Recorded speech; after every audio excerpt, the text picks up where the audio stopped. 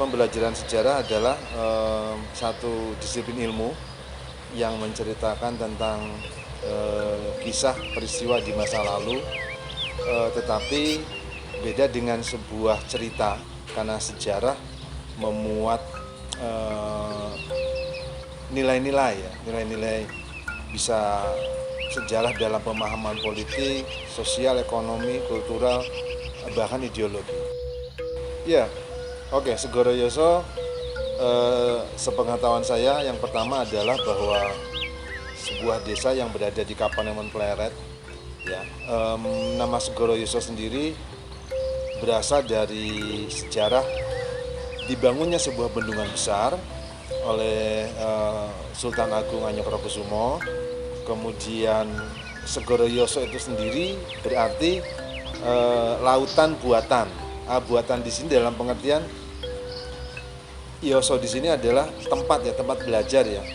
Jadi bendungan ini dibuat untuk melatih tentara-tentara atau Laskar Mataram ketika rencana menyerang ke Batavia.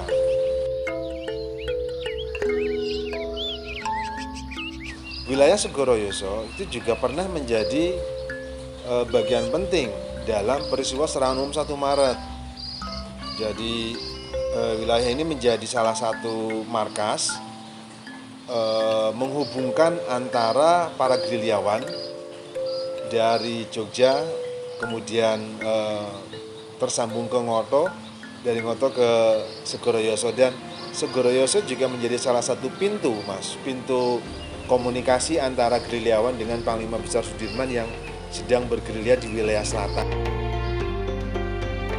Sumber pembelajarannya jelas. Yang pertama adalah banyak situs yang ada di sana, situs sisa-sisa bendungan, kemudian beberapa tempat pertempuran, dan ada monumen Segoro Yoso juga di sana, sehingga bagi masyarakat yang ingin mempelajari tentang memperdalam sejarah, itu ada beberapa situs dan tempat di Segoro Yoso yang bisa dijadikan laboratorium alam ya.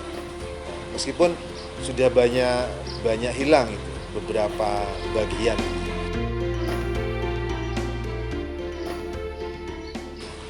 Ya,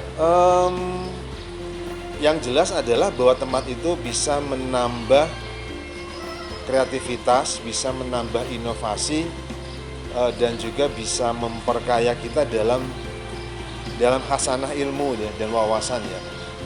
Jadi tidak hanya dalam dimensi sejarah, tapi juga bisa didalami untuk disiplin ilmu yang lain.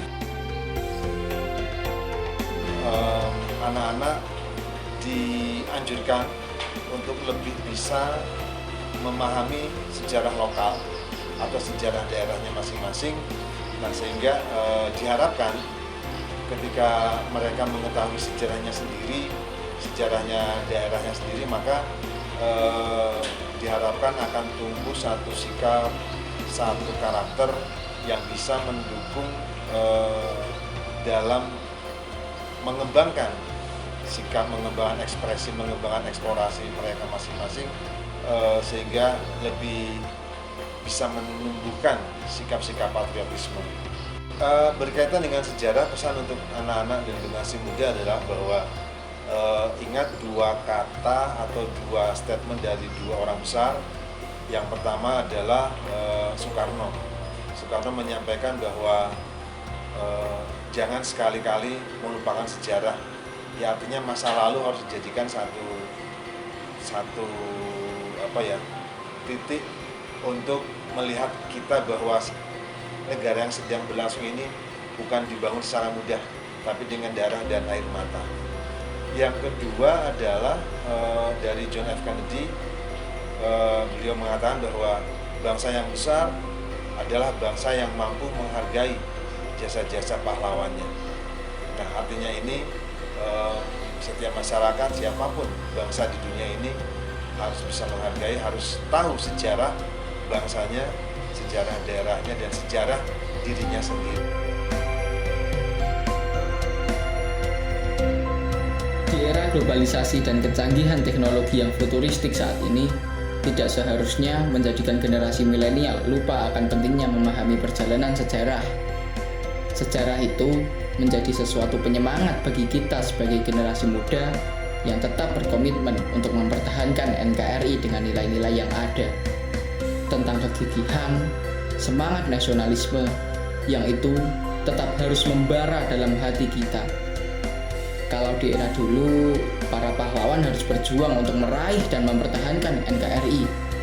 Di era sekarang, kita sebagai generasi muda harus tetap merefleksi sejarah. Dengan mempelajari sejarah, kita dapat bercermin dari masa lalu, mengikuti dan menambah hal baik yang telah terjadi, serta belajar mencoba untuk tidak mengulangi hal buruk yang telah terjadi demi keutuhan NKRI. Kita juga harus melestarikan budaya lokal karena merupakan bagian dari jati diri kita sebagai bangsa Indonesia.